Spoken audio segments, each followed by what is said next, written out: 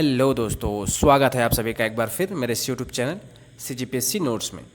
दोस्तों, पिछले वीडियो में हमने राष्ट्रीय आंदोलन में हुए आंदोलन का छत्तीसगढ़ का योगदान एवं उसके प्रभाव का अध्ययन किए थे, जिसके अंतर्गत हम छत्तीसगढ़ में कंडेल नहर सत्याग्रह, असहयोग आंदोलन, गांधी जी की छत्तीसगढ़ प्रथम यात्रा, स्वराज दल आदि विभिन्न आंदोलनों में छत्तीसगढ़ का योगदान पढ़ चुके हैं, जो कि एग्ज़ाम के पॉइंट ऑफ व्यू से बहुत ही इम्पोर्टेंट है तथा इसमें से क्वेश्चन हमेशा पूछे जाते हैं।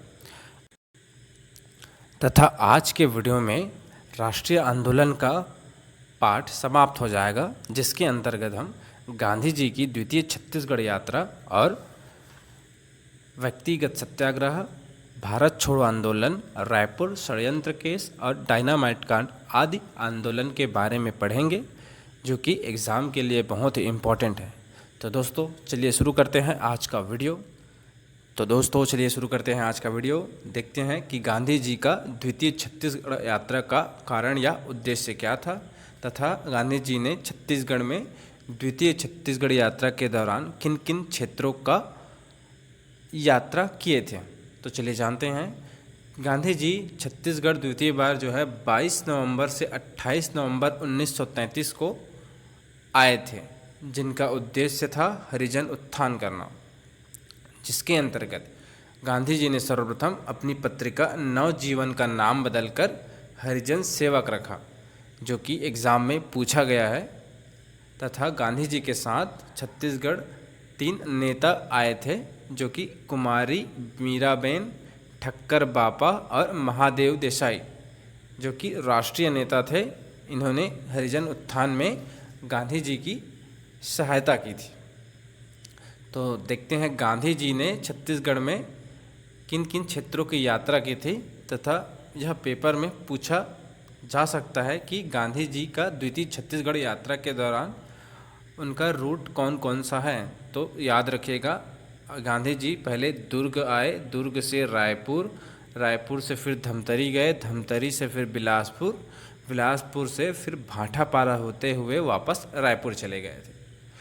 तो चलिए जानते हैं गांधी जी के बारे में कि छत्तीसगढ़ में उन्होंने 22 से 28 नवंबर 1933 को क्या क्या कार्यक्रम किए तथा क्या क्या योजनाएं शुरू हुई।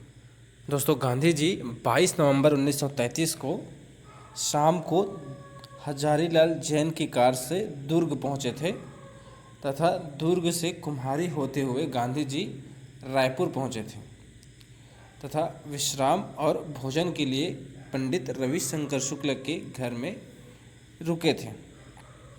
उसके बाद 23 नवंबर 1933 को रायपुर के विक्टोरिया गार्डन, जो कि वर्तमान में मोती बाग के नाम से जाना जाता है, वहाँ उन्होंने स्वदेशी प्रदर्शनी का उद्घाटन किया तथा लोगों को हरिजन उत्थान के लिए प्रेरित किया। फिर उसके अगले दिन 24 नवंबर को रायपुर के लॉरी स्कूल में, जो कि वर्तमान सप्रे हाई स्कूल के नाम से जाना जाता है, के मैदान में उन्होंने विशाल आम सभा को संबोधित किया तथा लोगों को हरिजन उत्थान और आंदोलनों के बारे में जागरूक किया। तथा उसके बाद उन्होंने पंडित सुंदरलाल शर्मा द्वारा संचालित सतनामी आश्रम और अनाथालय का भी निरीक्षण किया, जिसमें उन्हें पता चला कि पंडित सुंदरलाल शर्मा हरिजन उत्थान में उनके पहले ही वो कार्य कर रहे थे। तथा गांधी जी ने इनकी सराहना करते हुए पंडित सुंदरलाल शर्मा को अपना गुरु माना तथा कहा कि हरिजनों के उद्धार के विषय में पंडित सुंदरलाल शर्मा मुझसे बड़े हैं। फिर उसके बाद 25 नवंबर 1933 को धमतरी पहुंचे थे। धमतरी पहुंचकर वहां मकई बन चौक में गांधी जी का जनसमूह ने भव्य रूप से स्वागत किया था। चूँकि धमतरी के लोगों में पहले से ही आंदोलन के प्रति सक्रियता और जागरूक को देखते हुए गांधी जी ने धमतरी को बारदोली की संज्ञा दी थी। फिर अगले दिन 25 नवंबर 1933 को रात्रि में गांधी जी बिलासपुर पहुँचे।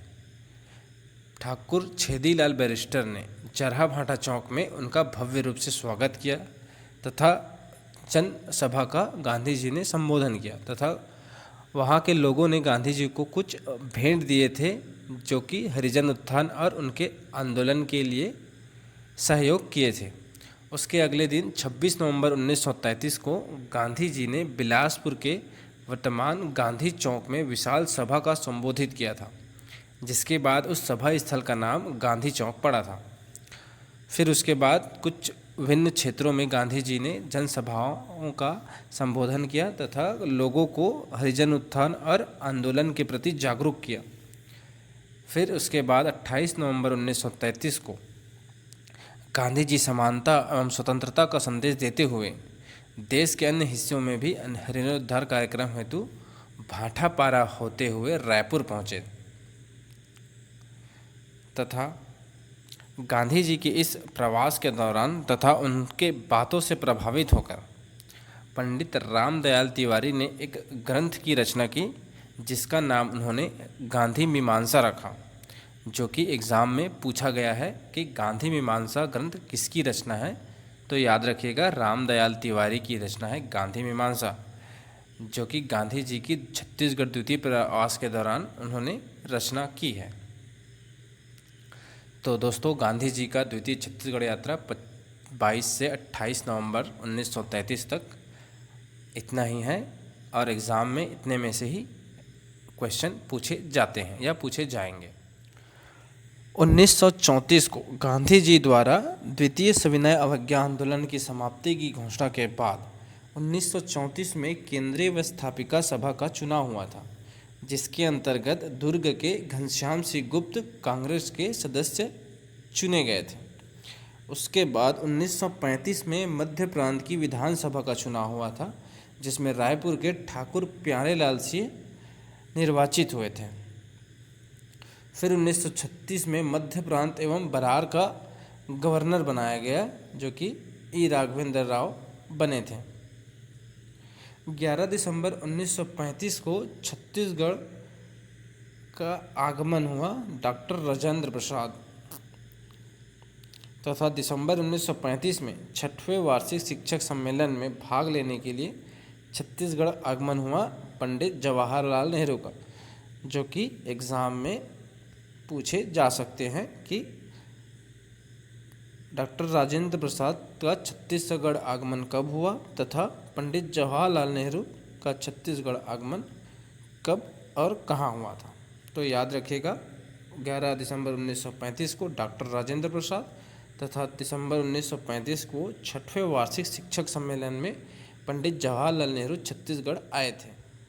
सन 1939 में द्वितीय विश्व युद्ध आरंभ होने के साथ साथ कांग्रेस ने ऐसे साम्राज्यवादी तौर पर लड़े जाने वाले युद्ध में अंग्रेज़ों का सहयोग देने से इनकार कर दिया, जिसके कारण कांग्रेस मंत्रिमंडल ने अपना त्यागपत्र दे दिया।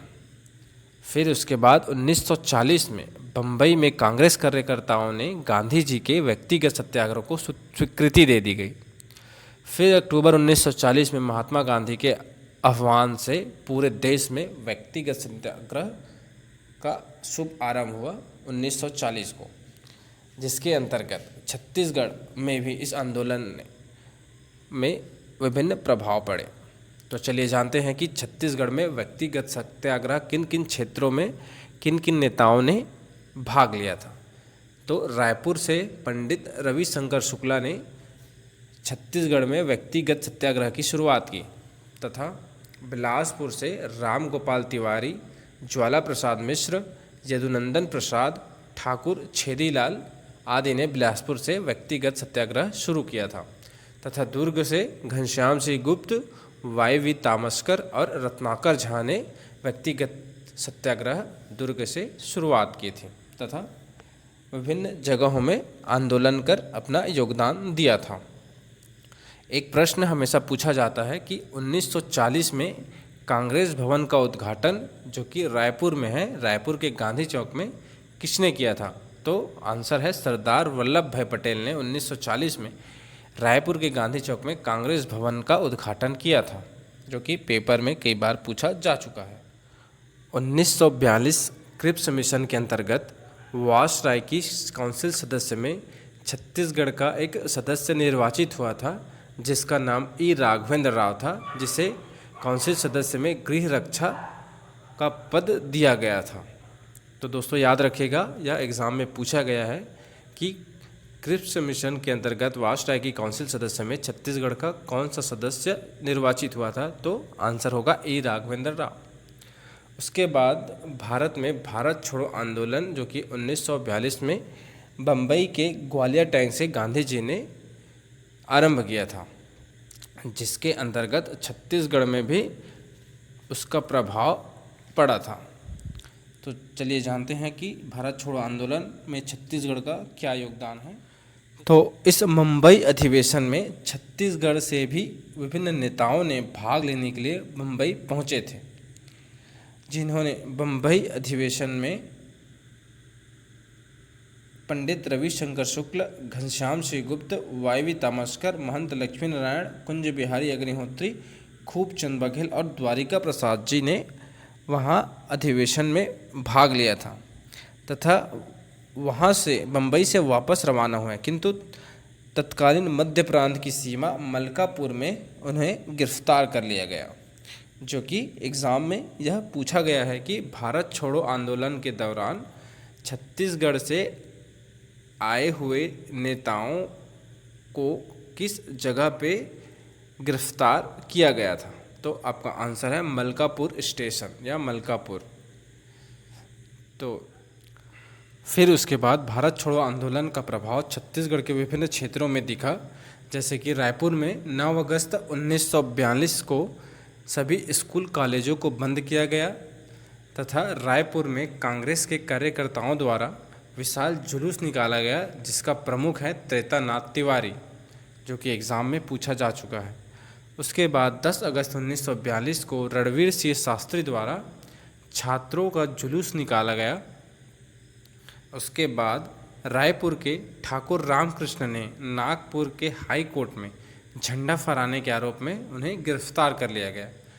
ये भी एग्ज़ाम में पूछा जा चुका है, तो याद रखिएगा कि हाई कोर्ट में झंडा फहराने के आरोप में ठाकुर रामकृष्ण ने नागपुर से गिरफ्तार किया गया था। उसके बाद 28 अगस्त 1942 को दुर्ग के कचहरी में आग लगाने के आरोप में रघुनंदन सिंगरौल को गिरफ्तार किया गया था, जो कि एग्ज़ाम में पूछा जा चुका है कि दुर्ग के कचहरी में किसने आग लगाई, तो रघुनंदन सिंगरौल ने आग लगाया था।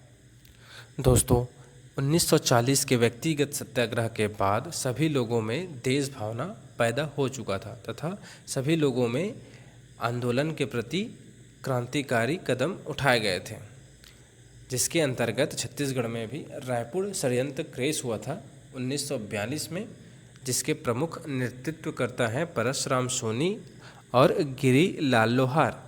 जो कि एग्ज़ाम में पूछा गया है कि रायपुर षड्यंत्र क्रेज के प्रमुख नेता या नेतृत्वकर्ता कौन है, तो उनमें से परशुराम सोनी या गिरी लाल लोहार आंसर होगा। परशुराम सोनी और गिरी लाल लोहार आंदोलन को चलाने के लिए हथियार निर्माण और विस्फोटक सामग्री का निर्माण करना सीख रहे थे, जो कि ईदगाह भाठा और रावण भाठा में अपने विस्फोटक सामग्री को रखते थे।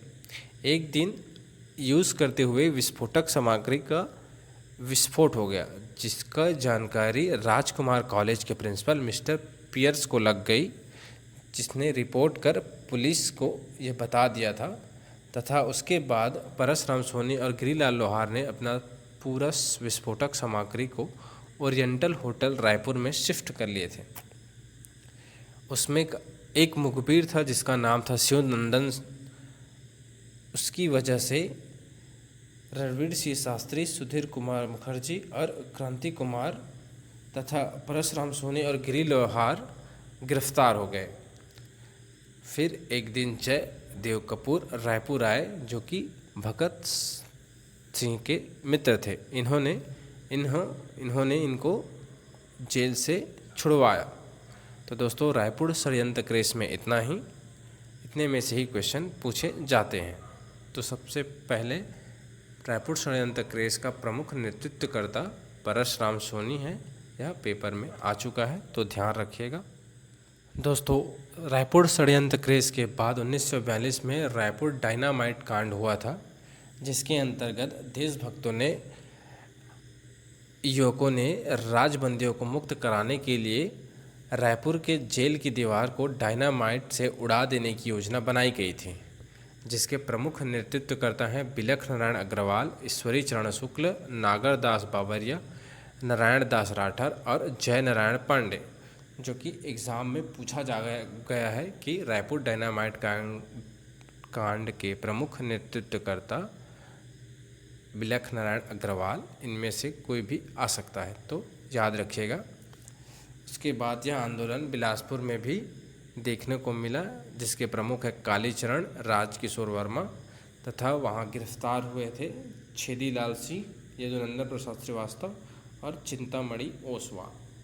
तो दोस्तों, रायपुर डायनामाइट कांड में इतना ही, जो कि इसमें से एक प्रश्न पूछा जा चुका है कि रायपुर डायनामाइट कांड कब हुआ था और उसके प्रमुख नेतृत्वकर्ता कौन थे, तो याद रखिएगा। तो दोस्तों, 15 अगस्त 1947 को हमारा भारत देश आज़ाद हुआ था, जिसका उत्साह विभिन्न क्षेत्रों में विभिन्न नेताओं ने झंडारोहण करके अपना योगदान दिया था।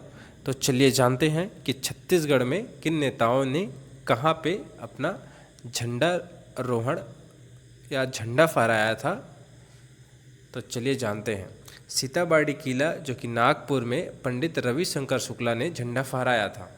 Raipur police line parade ground में आर.के. पाटिल द्वारा झंडा फहराया गया था। गांधी चौक रायपुर में वामन राव लाखे द्वारा झंडा फहराया गया था, तथा दुर्ग में घनश्याम सिंह गुप्त ने झंडारोहण का फहराया था। उसके बाद बिलासपुर में राम गोपाल तिवारी द्वारा झंडारोहण किया गया था, तथा देश की आज़ादी का उत्साह मनाया गया था। तो दोस्तों, यह एग्ज़ाम में कई बार पूछा जा चुका है कि किन नेताओं ने कहाँ कहाँ झंडा फहराया था, तो याद रखिएगा। तो यहाँ से हमारा छत्तीसगढ़ में राष्ट्रीय आंदोलन का पाठ यहीं समाप्त होता है। अगले वीडियो में हम छत्तीसगढ़ में जितने भी जंगल सत्याग्रह हुए हैं उसके बारे में पढ़ेंगे। तो अगर मेरा यह वीडियो आपको अच्छा लगा तो लाइक, कमेंट, शेयर और सब्सक्राइब जरूर करें। धन्यवाद। जय छत्तीसगढ़।